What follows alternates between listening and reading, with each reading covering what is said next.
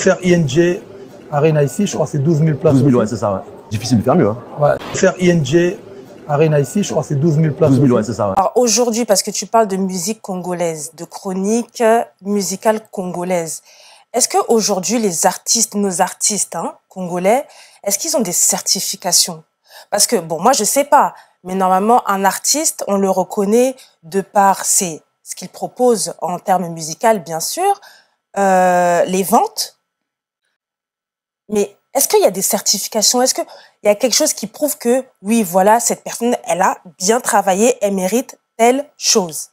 À l'époque, on parlait de maracas d'or, on parlait des disques d'or, Romon a Jiba Imbango, Romon a Kofi Imbango, Werasuna Imbango. Mais en fait, ils ont fait des disques d'or, mais il n'y avait pas la traçabilité. Tu vois, on ne pouvait pas savoir Bazoua Kangoua puis comment.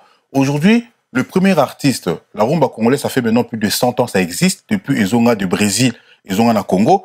Le premier artiste, Memili Bisso disque d'or, où il a vérifiable. Eux, tous au monde, la traçabilité, c'est Fally Ipupa. Notamment avec son album ouvert, ouvert son album urbain, où il a Tokos 1. Il a eu un disque d'or, Snap. Il a vendu 50 000 exemplaires. Na Katia France. Ayoko Zasusu, disque d'or, Otobengi, CNM. Donc, côté Kalibanda, il y a France. Il a vendu plus de 50 000. Et c'est le seul artiste aujourd'hui qui a cette traçabilité-là.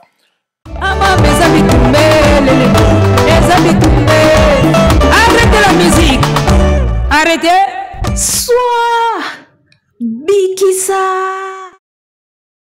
Soit Bikissa, Kinshasa, Brazzaville, Lubumbashi, Paris, France, Belgique, États-Unis, Canada, et Goma, Kolwezi, de partout où vous nous suivez, à Bukavu aussi, pourquoi pas. On vous dit bonjour, on vous dit mboté et on vous dit bon dimanche. Nous sommes donc dimanche, mesdames et messieurs.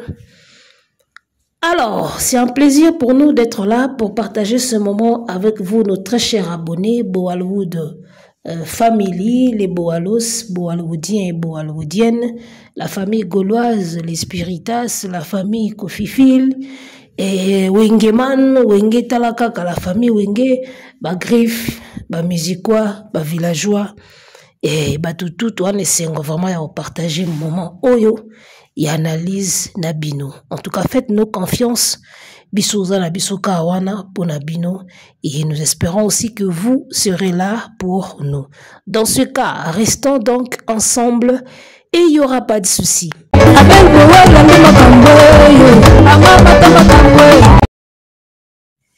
Depuis le Bumbashi, tout ça la analyse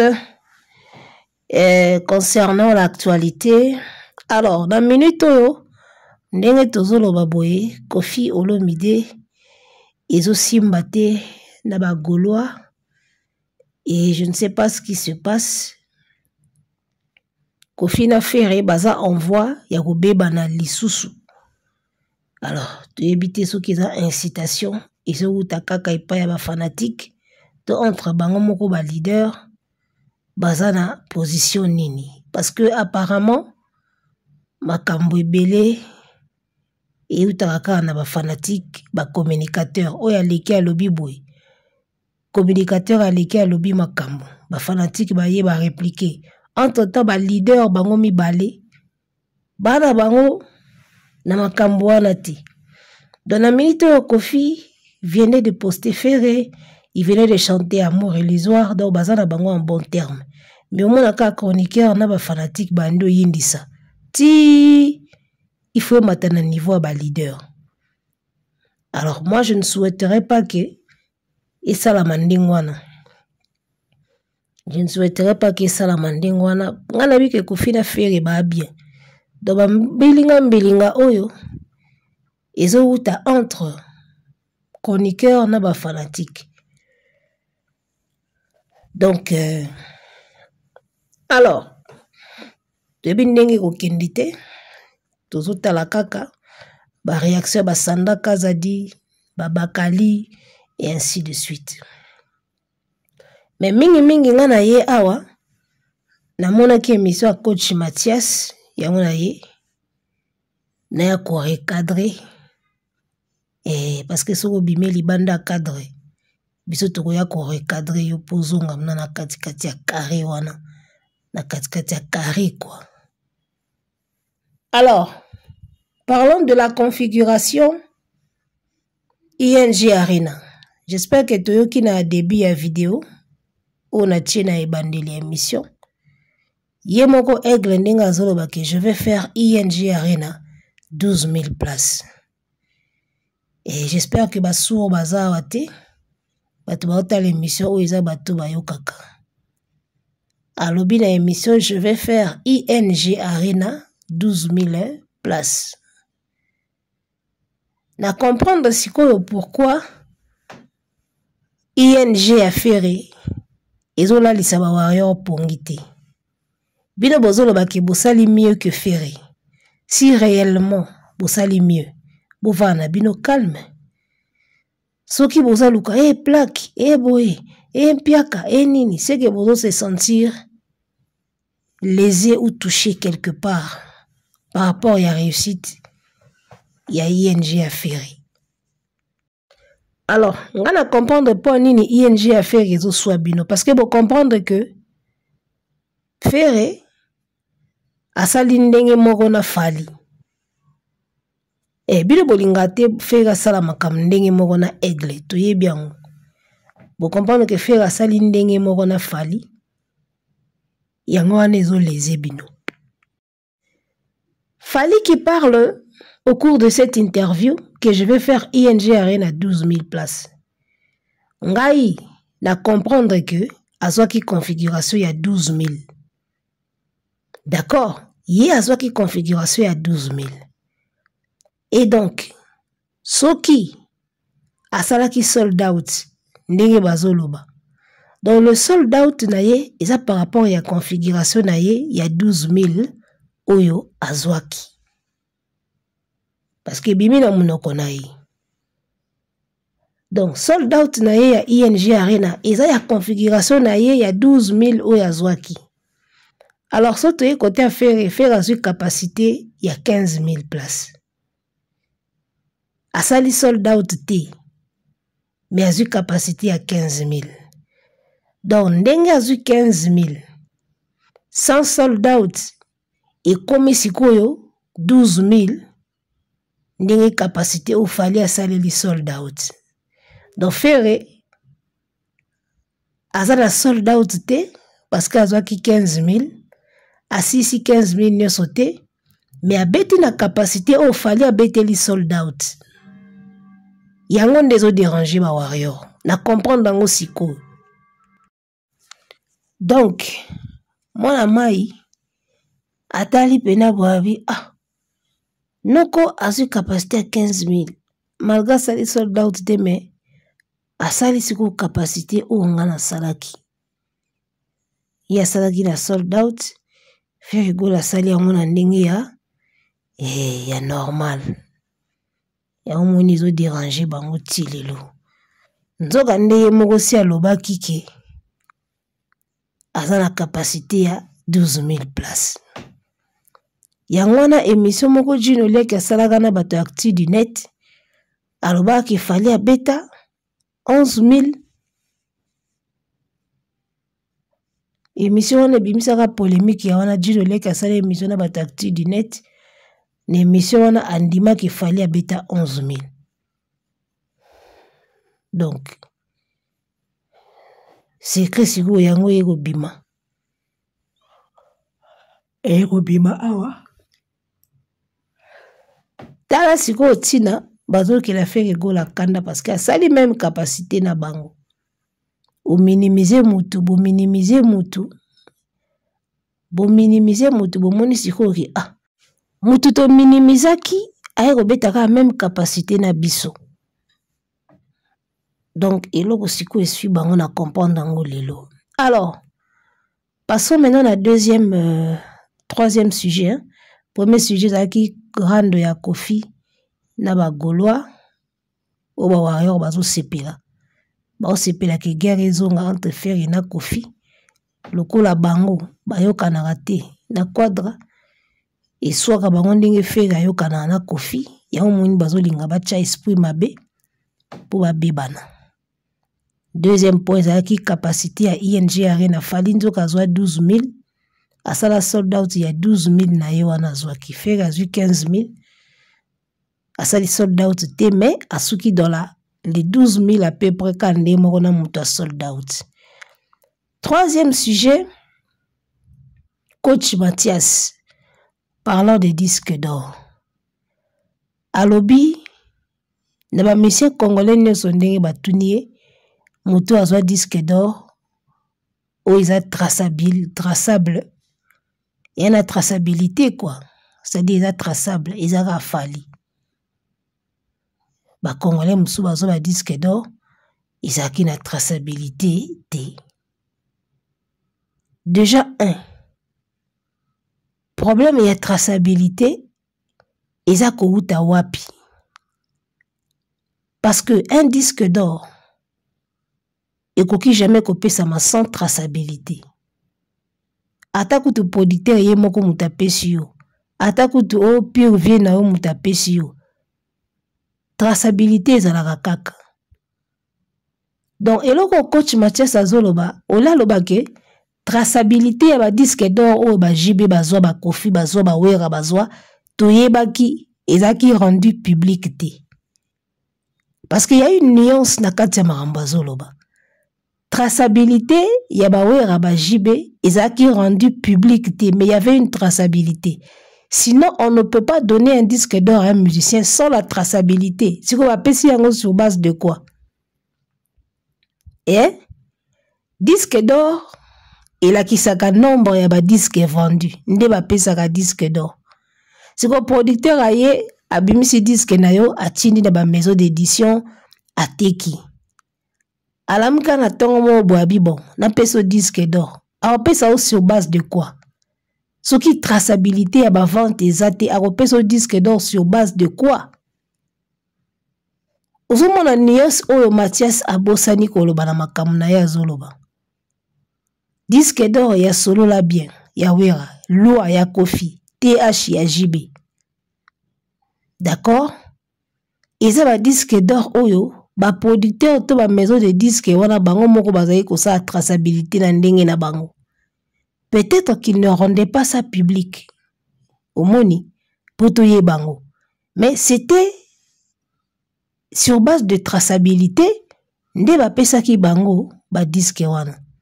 Producteur ava sa le disque. Il faut mon nombre ya ba disque oyo teki. Asali calcul na ye po bango ba sala ba calcul. Disque ça disque ça produit. Il faut pas compter en haut. Totika combien na maison ndiaye. Tokotika combien na maison X. Toko déposer combien de CD dans maison X. Il faut pas comptabiliser. On ne peut pas imprimer des CD ou des cassettes sans qu'il va compter nombre. Alors tant bazo teka, sur ma boutique nous tant ba teka ka ba kontaka. Moi kaye zalaka, to teki autant. Kuna ba teki autant. Koto bateki autant. Tant au producteur azo teka azo compter. Tant azo teka azo zambon, il faut compter. Il faut compter nombre azo teka. Pour ba bénéfice ce qui exact exacté. Si on ya koloba ke ba disque d'or ezaki na traçabilité te. Siko sur base de quoi ba kopesa moto disque d'or ça va compter nombre oyo ya teki. Au mona kiza na on sens te. Donc il faut peut-être dire que traçabilité ya bango ezaki rendu public te. C'est-à-dire producteur ye moko beti machine na kwa na ye amoni ke na teki bien bon to pesa disque d'or sans rendre en public. Donc sans que ba rendre ba comptabilité na ba traçabilité na bango wana public bango moko bazui ba pesi disque d'or. Mais sûrement ezaki tracé. Parce que producteur mon côté à cause de la kizengi au point ya ko déposer ba disque na ba maison d'édition. Et puis, il y a des nombres nini à déposer, nombre nini à zoteka. Et ça impossible. Et ça impossible. On a ça commerce. Parce que le commerce, le business, c'est le nombre, les chiffres. Tu teki combien, tu imprimer combien de CD, tu teki combien et tu kali combien. C'est ça la logique du commerce. Si vous êtes producteur, ou peut si vous disque d'or, ou comptabiliser, ou sali, ba compte te ya ba disque teki nambongo zui ya na sens te. Ozomona. Donc Fally n'est pas le seul artiste oyo azala ba disque traçable ou traçabilité ou traçabilisé. Il n'est pas le seul. Tout disque epesamaka suite à une traçabilité. So ba tracer, ba vente, ba repérer, ba vente, nde ba oye ba topesa tout topesa te. Alors cette manie ya ba warrior oya kolinga toujours kolinga Fally azala le seul un. Azala le seul un. Ye moko ka mutasala boy. Ye moko ka mutasali boy. Na yebaka te bolinga boke nango wapi. Boluka ona makambo susu na disque d'or esimbi te. Parce que producteur moko te akoza la bête a compté ba disque te alemba moko ye kopesa musicien disque d'or. C'est qu'il a contaki à moins qu'à teki 50 000 ou plus nde apesi ye disque wana. D'accord. Alors parlons de disque d'or, il y a ACM, ce qui est AMC, Africa Music Chart.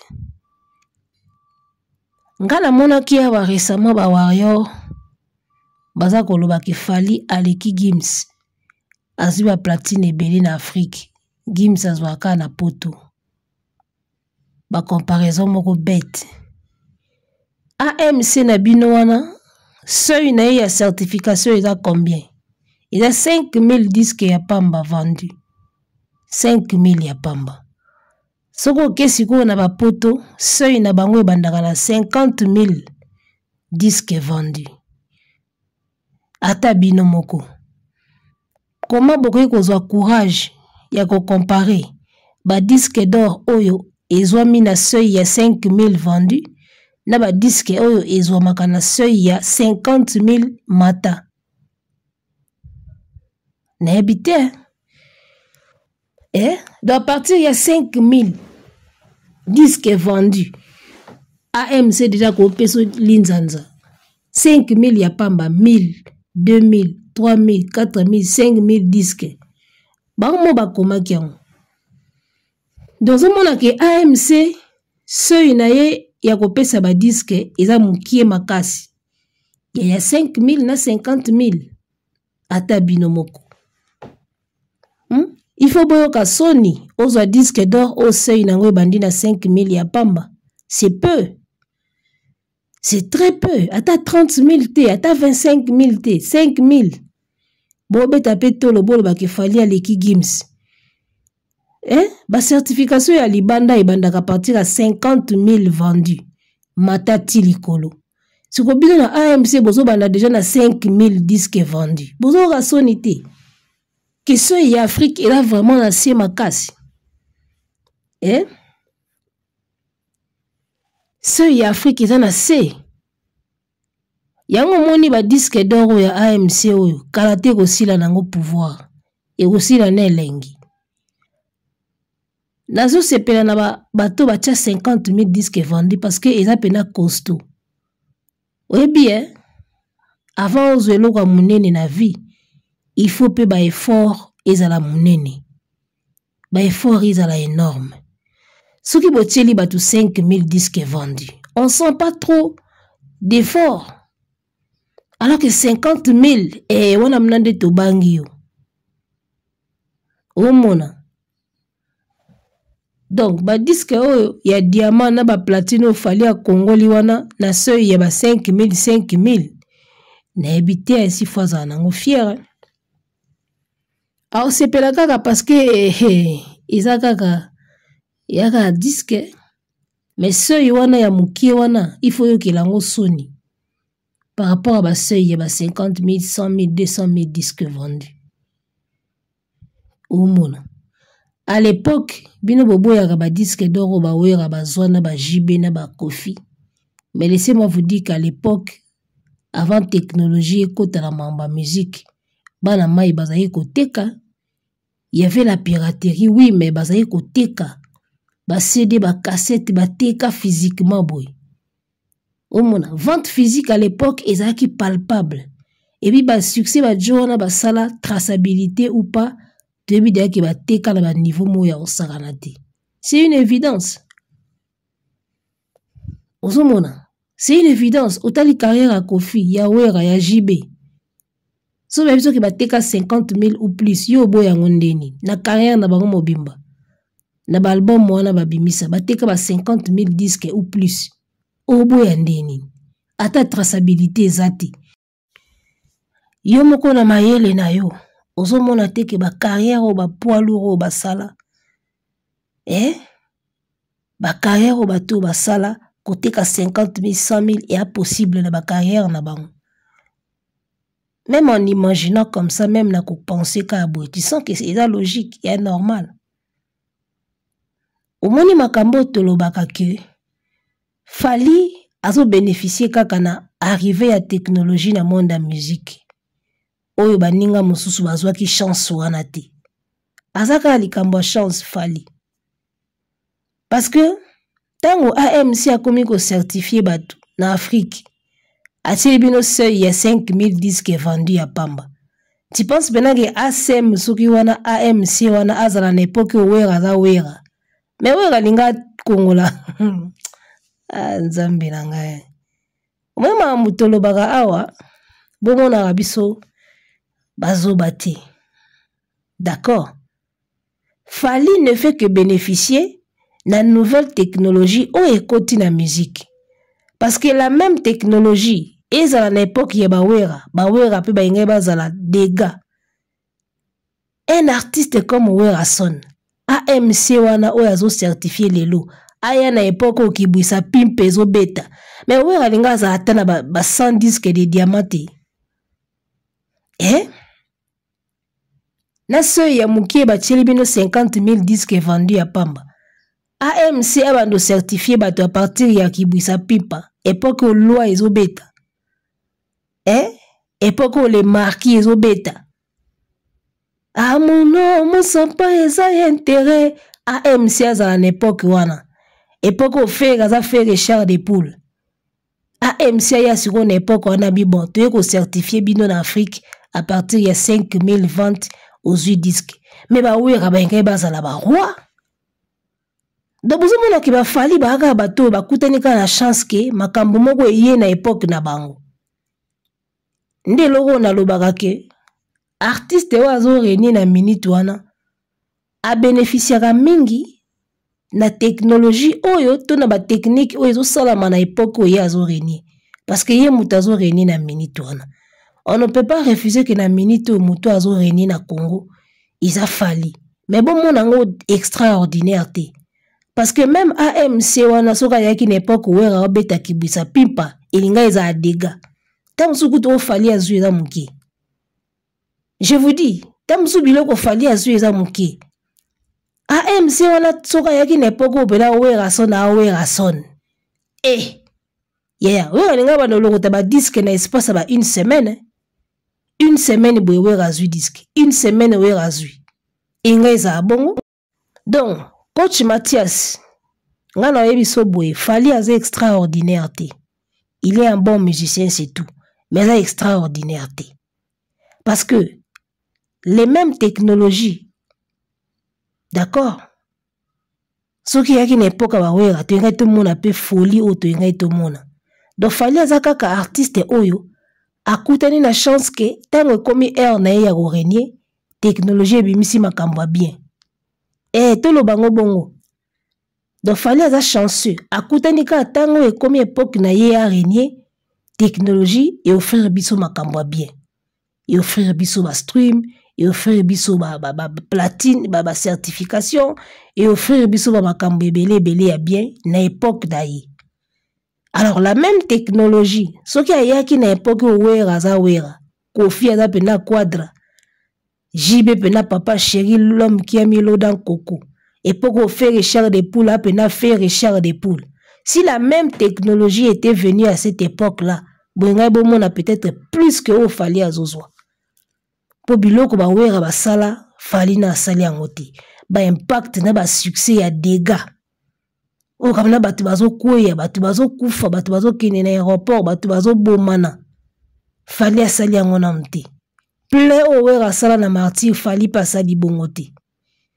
Donc moi je vous dis que la même technologie, ou écoutez à l'époque Fally a régné, si la même technologie ezalaki déjà au point na époque où pewera Kofi ba jibe ba fere ba zo renier croyez-moi que linga ezalaka boyi donc yanga na mona afali extraordinaire te akutani ka na moment na ye technologie ezopesa makambo la même technologie soki yaki pe na époque ya bawera owera na jibe benge bomona makambo ti yango ozomona ki légende ya Fally tokocontestaka yango kaka parce qu'il n'est pas extraordinaire. Il bénéficie juste na temps na ye na ba outils oyo eza utilisé na moment na ye. Les mêmes outils soki pezaki na moment ya bawera na ba Kofi nde bomona pende makambo esala. Ozomona côté ce ko Fally abima ne teza danger yango wana. Alors qu'en réalité akutani ka na chance ya technologie. Nga na mona Fally extraordinaire te. Sans blague, na mona ke extra te. Parce que tango ba Kofi ba wera ba jibe ba zo reni na ba faire chair de poule. Tozalaki na traçabilité te parce que technologie wana ezalaki ndenge komi lelo te. Osomona à l'époque ezali kaka disque bimi na usine ba tiango na mutuka ba ketika na maison. Nyoso zaki na kusama na maboko. Makambo ebele za kusama na maboko boy. Ba communication ebele za koleka de bouche à l'oreille na TVK chaîne moko. Lelo makambo échanger ebele. Osomona. Donc Fally c'est juste un chanceux de la technologie, c'est tout. C'est tout. Tout simplement ça. Dans un extraordinaire te ke yé ko sala makambo ya extra te. Alors ça la makambo ndenge ba wera ba sala kala. Mais yé siko loko la technologie est à présent, ils ont bimisa neti moi genre. C'est tout simplement ça. Époque ba jibe na ba wera ba zo teka. Tu banda ko yeba te ba calcula ka ba disque ndenge nini. To yeba kite producteur ye moko na maison de disque ba za ko yeba ba ki ko kongola ka ba mbongo so ba za ko kongola ndenge nini. Ba mbongo ba disque yo ba zo teka so ba za ko kongola ndenge nini. Or, lelo, comment tout et comment qu'on la vérifie na nini. Tu peux entrer sur Internet aux Omona. Il n'y avait pas cette capacité-là à l'époque des Werason, des JB. Imaginez que même capacité à technologie, ils à l'époque na bango. Les gens qui bouillent sa pimpa ya kande moka lobaka. De la Wera basala ba vrai succès. Sans technologie, sans traçabilité, sans makambo belé, basala siko basala wana. Yango moni sikoyo na comprendre lelo bato baloba ke Fally technologie ndeza ko aider. C'est vrai. Technologie za ko aider Fally, c'est vrai. Ozumona. Parce que on peut beau dire que ce qui technologie zo aider Fally. Bon bino be ba musicien o boza pe na époque ya technologie po ni neza ko aider bino te. Mais bango eza sous époque na bango te. C'est là où est la nuance. Werason est encore vivant. Il continue de chanter, mais ce n'est plus son époque, les gars. Ne confondez pas les choses. Kofi est vivant, il continue de chanter, il sort des clips, mais ce n'est plus son époque. Ozomona. Yango moni technologie et koki ko bénéficier na bango au même moment que moto azo réunir l'époque wana. O eze époque ya fere Fally. Alors, Fally loko la yebi ko manier technologie moi bien, yango moni azozo ba avantage. Dikolo ya baninga mususu. Ça il faut qu'on le reconnaisse aussi. Il faut qu'on le reconnaisse. So tali la plupart des musiciens congolais bazoa retard par rapport à Fally sur le plan technologie. Bon, imaginez si que bango tout bas à la page sur le plan technologie. Pensez-vous que qui numéro 1 a Fally et l'inga est à la cas numéro 1? Parce que le ça la bango différence yango wana. Fally a comprendre que technologie avant à côté déjà na rythme tongo. Bango sko ba tikali neti mwasima. Alors imaginez si que tant technologie yaki ba wera ba jibe ba faire bango tout va comprendre au même moment, ba kota au même moment na même vitesse. Ki numéro 1 wana boyenga bo lukango. Boyenga bo lukango. Parce que le les artistes mususu bazo fungola ba page TikTok ka ba lobi awa, misusu bazo fungola makambo. Kaka il y a 1 an, il y a 2 ans, a fungoli chaîne il y a 1 mois, il y a 2 ans, au moins na ba retard moko énorme. so bango tout siko babulaki makambo au même moment batimba au même moment bakota na ba plateforme nyonso au même moment bébé loko lingaki leka. Arrêtez la musique, arrêtez quoi.